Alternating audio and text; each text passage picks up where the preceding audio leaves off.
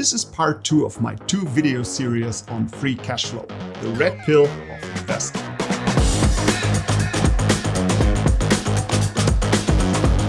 Hi, my name is Till and this is the channel that shows you how to build a fortune by investing intelligently and easily and without having to change your life for it. When you're new here, hit the subscribe button and also ring the little bell for not missing any new videos. In part 1, we discussed why everybody is looking into earnings or net income, as it is also called. And we talked about what actually the problem is with it. If you haven't seen it yet, here's the link in the corner to it. In this second part, we now show you the better and more reliable profit figure for your company evaluation, the free cash flow. We tell you what free cash flow is and how to calculate it. And we go step by step through an example so that you understand how to do it and where to get the required data from. So let's start. What is free cash flow? As you learned in the first video, the rules of accounting leave the company some freedom to adjust the net income. The effect is that it is not showing the actual ability to generate cash. And cash is what a company requires to operate, not earnings. Free cash flow is a financial figure that shows what the operations part of a business is truly generating. Warren Buffett calls this figure owner earnings, because this is what the business is actually able to generate for its owners. It does not contain dilutions from financial stunts, and it also doesn't contain what the company is doing with the generated free cash, like, for example, acquiring other businesses or paying dividends. Buffett described it firstly in his 1986 letter to the shareholders of Berkshire Hathaway. In this letter he wrote, "We consider the owner earnings figure, not the GAAP figure, to be the relevant item for valuation purposes, both for investors in buying stocks and for managers in buying entire businesses." How do you calculate free cash flow? There is a super quick and a long way to do it. Let me start with the longer way, because by this you will also have a better understanding for the quick way. Step number 1. The longer way starts with taking the earnings as baseline. Yes, the earnings, the figure that I was bad-mouthing that much in these 2 videos before. As you already learned before, the problem with earnings or net income is that they contain items that have a different effect on the cash. Therefore, in step 2, we have to adjust all items with a different effect on the free cash flow.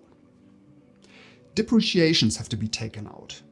You already learned in the first video that they affect the cash in a different way. Don't worry, we'll make sure later that the investments are considered. Inventories are another important part that has to be adjusted. The reason is that companies are allowed to consider the half-finished or the finished goods for their tax declaration. When a company produces on stock, it is already able to consider these products at least partially for its earnings, even though it didn't receive a single dime from its customers yet. There are some other non-cash items that the earnings will have to be adjusted for. Changes in payables and accrued expenses. Changes in provisions. Changes in other current liabilities and other operating capital. Changes in accounts receivable. Changes in amortization and depletion. Stock-based compensation. Non-cash adjustments for taxes. There are even some more. Don't worry, I won't go into the details of every of these items. It's just important to understand the why and the way it is calculated. All of these items combined result in the operating cash flow, also called the net cash from operations or the cash flow from operating activities. You remember that we took out the depreciations. This is now the third and final step that we need to do to get our free cash flow. We have to deduct the investments that are needed for our operating business from the operating cash flow. These are the so-called capital expenditures, also known as CapEx. Now we're done.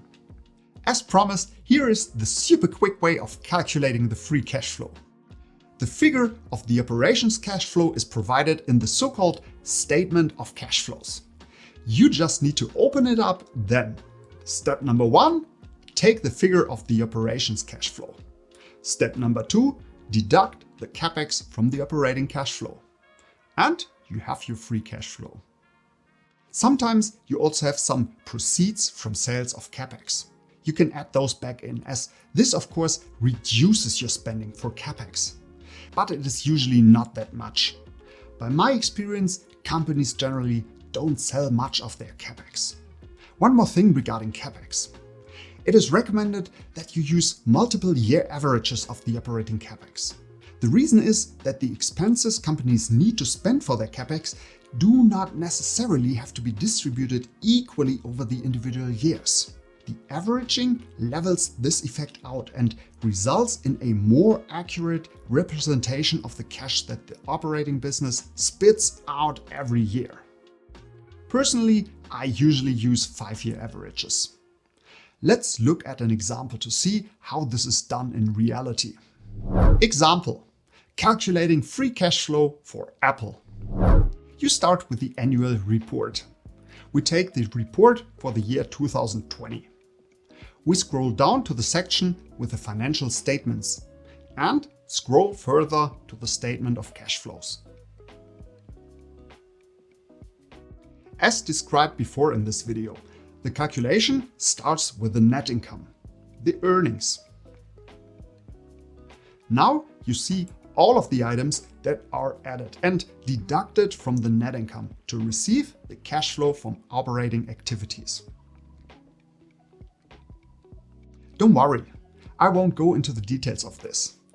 If you're interested to do this, just go to the homepage of Apple and then to the investors section and download the annual report.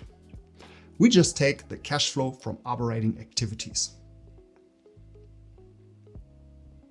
We put it in a separate Excel spreadsheet to calculate later the average of the capex of the past 5 years. Now we go back to the statement of cash flows and take the capex for this period and also have a look if there are any proceeds from sales of capex that we could deduct. I already inserted the capex from the past 5 years in our spreadsheet. Now we calculate the free cash flow by deducting the average capex from the cash flow from operating activities. Voila! This is the free cash flow that Apple generated in the last year. You can of course do the Excel calculations yourself. It is quite simple, as you can see. But I also created a spreadsheet with some more tabs that supports you with the quantitative part of the complete business analysis. You can download it from my website www.tiltarara.com, of course for free. The link is shown here, or the direct link to the subpage is also shown in the box below the video. I know that it takes a bit to process all of this information, but I promise once you fully understand it, it is going to be much easier. And you will come to a point when you will nearly never look at earnings anymore, and when you will ask yourself why you ever did. At least this was the case with myself. A big difference to the matrix is that you will probably not regret that you took this red pill.